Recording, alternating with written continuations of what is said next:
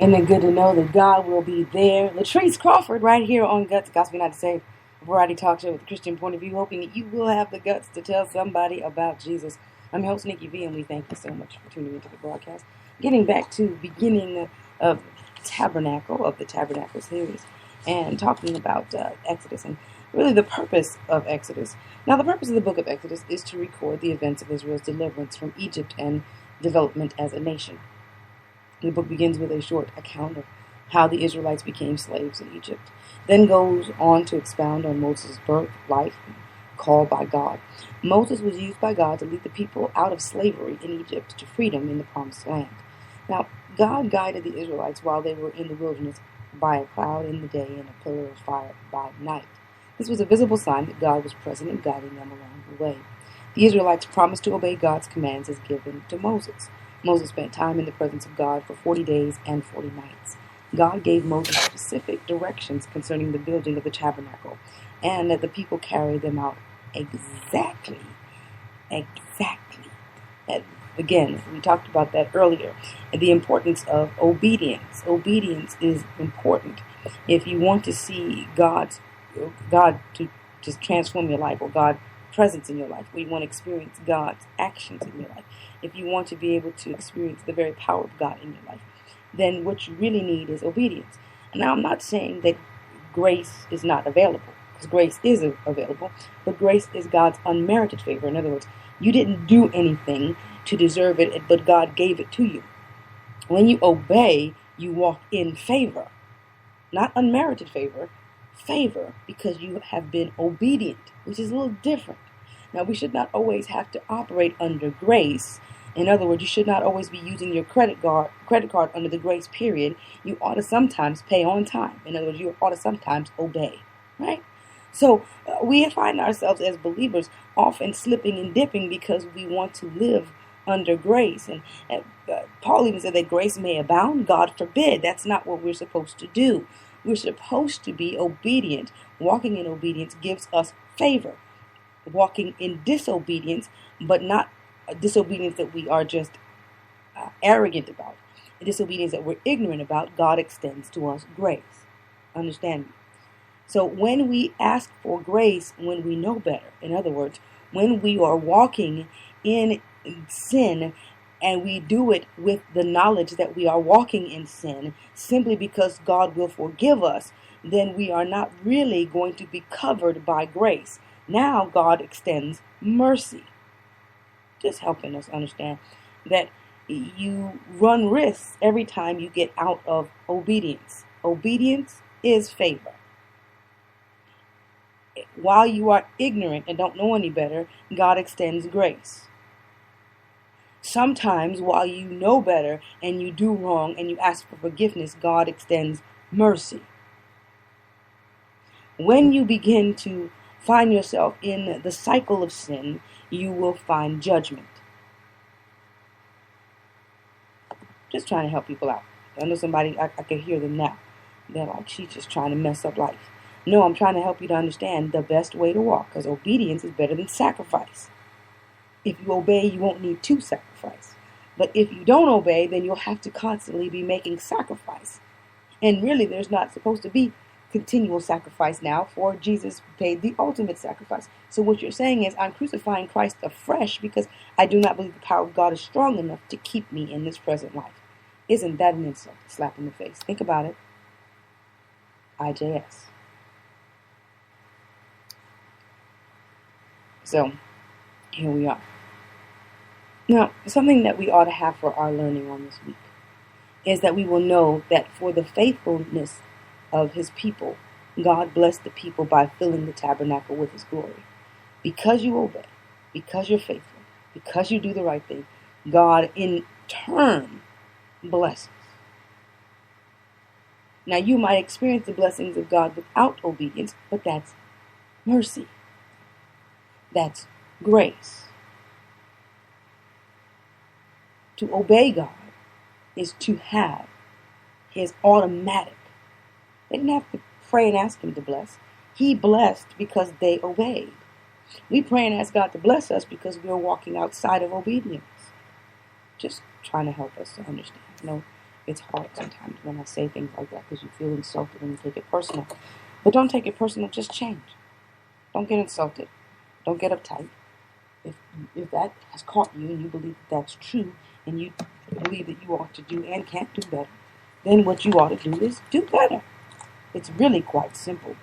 It sounds extra hard, but it's not that difficult. It's really bottom line kind of thing. And it can be done if you desire to do it, but you must desire to do it. Huh? So getting back to dealing with our developing, and we're going to close out with the developing of leaders around us. We're going to deal with the subject of giving encouragement. Now, too many leaders expect their people to encourage themselves because they figure, well, first of all, many times, people think, well, I give you a paycheck or I do certain things, and that should be sufficient. In other words, that should be enough motivation. But most people require outside encouragement to propel forward. It is vital to their growth. Physician George Adams found encouragement to be vital to a person's existence, that he called it oxygen for the soul. When you encourage someone, you actually breathe life into them, more or less. New leaders need to be encouraged. When they arrive in a new situation, they encounter many changes and undergo many changes themselves. Encouragement helps them reach their potential. It empowers them by giving them energy to continue when they make mistakes. But if you do not encourage people to do better, they can't, because they don't know. And oftentimes they'll struggle with the onset of several failures. People always grow toward a leader's expectations. If you don't expect much, they're not going to give much. So use lots of positive reinforcement for your people. Don't take acceptable work for granted. Thank people for it. Praise a person every time you see an improvement, and personalize your encouragement anytime you can. Remember, what motivates one person may leave another cold or even irritated. Find out what works with each of your people and then use that. Do not try to think that it is a blanket thing or that this is cookie cutter. Each individual is different, so each individual will need to be treated more than likely differently. UCLA basketball coach John Wooden told players who scored to give a smile, wink, and a nod to the player who gave them a good pass. What if he's not looking? Asked the team member. Wooden replied, I guarantee he'll look. Everyone values encouragement and looks for it, especially when his leader is a constant encourager. We must do this. We have to find a way to encourage the hearts of everyone, one another. We have to find a way to make people feel better about themselves. We often take too much time being critical and not enough time being encouraging. Show me, highlight what's good about me. Why is it that you always focus on the thing that is obviously wrong with me? Why not find, and it may be a little difficult to find, but find it. Search for it, dig for it. What is it about me that is something that you would strive to promote? And promote that. Help me to build that up. And as I build that up, I'll learn to build up other areas. And eventually, I'll put away the things that really aren't good for us, you, me. And we'll work together as a team because we'll be able to utilize those things which are strong, and we'll be able to downplay the things that are weak. But how do we get this done? And I'm going to close with this, is by exhibiting consistency. Consistency is a crucial part of nurturing potential leaders. Just as it is in any other kind of nurturing, when we are consistent, our people learn to trust us. They are able to grow and develop because they know what to expect from us. They can answer the question, what would my leader do in that situation? When they face difficult decisions, they become secure because they know what our response to them will be, regardless of the circumstances. Now, perhaps you've heard the story about the farmer who had experienced several bad years. He went to see the manager of his bank. I've got some good news, and I've got some bad news to tell you. Which would you like to hear first? The farmer asked. Why don't you tell me the bad news first and get it over with, the banker replied. Okay. With the bad drought and inflation and all, I won't be able to pay anything on my mortgage this year, either on the principal or the interest.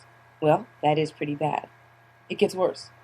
I also won't be able to pay anything on the loan for all that machinery I bought, not on the principal or the interest. Wow, is that ever bad? It's worse than that. You remember I also borrowed to buy seed and fertilizer and other supplies. Well, I can't pay anything on that either, principal or interest. That's awful, and that's enough. Tell me what the good news is. The good news is, replied the farmer with a smile, I intend to keep on doing business with you. Fortunately, Most of our potential leaders do better than our friend the farmer. Unlike him, they won't need consistent support for quite so long before they are able to turn things around. When we believe in our potential leaders and we consistently support and encourage them, we give them the added strength they need to hang in there and perform well for us. Who are you encouraging to perform well for the kingdom? Have you encouraged someone today to do well? Are you being a blessing to someone that has come into your life? Have you thought about ways in which you can encourage someone to be a witness for Jesus? Do you know how to do it? This is what we've been talking about, what we are talking about in developing leaders around us. We ought to develop people who can replace us. Now, we don't want to be replaced. That's why we don't like to develop leaders to replace us. But unfortunately, the truth and the reality is that sometime, somewhere, somehow, we're going to need somebody to carry on the work that we're doing. So why not raise up the person that's going to do it, rather than having someone who has no idea of your vision, of your talent, of what you worked so hard to build this long, come in, destroy the foundation that you've made, and reconstruct it again. Wouldn't it be better to have somebody who can get on the foundation you've built and add the supports, add the other parts, so that the building can be made? Think about it. It makes sense if you do. You tune in to Guts, Gospel United to Save, a variety talk show with a Christian point of view, hoping that you will have the guts to tell somebody about Jesus. I'm your host, Nikki V, and we thank you so much for tuning into the broadcast. The number to call whenever we're on the air is 877-217-5375. You can also call that number when we're not on the air. There are several options because that does get you to the Guts Network.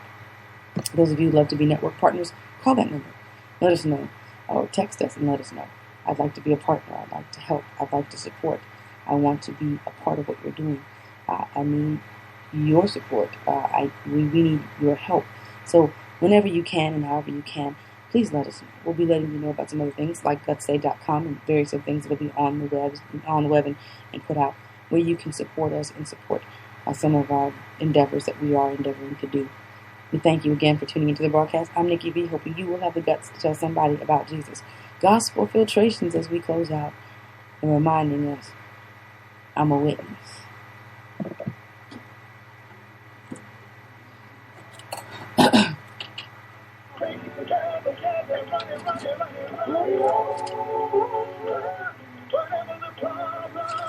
Jesus will fix it. I know He will restore. When I get down on my knees and pray, always fix it. See, I tried Him and I know He's good.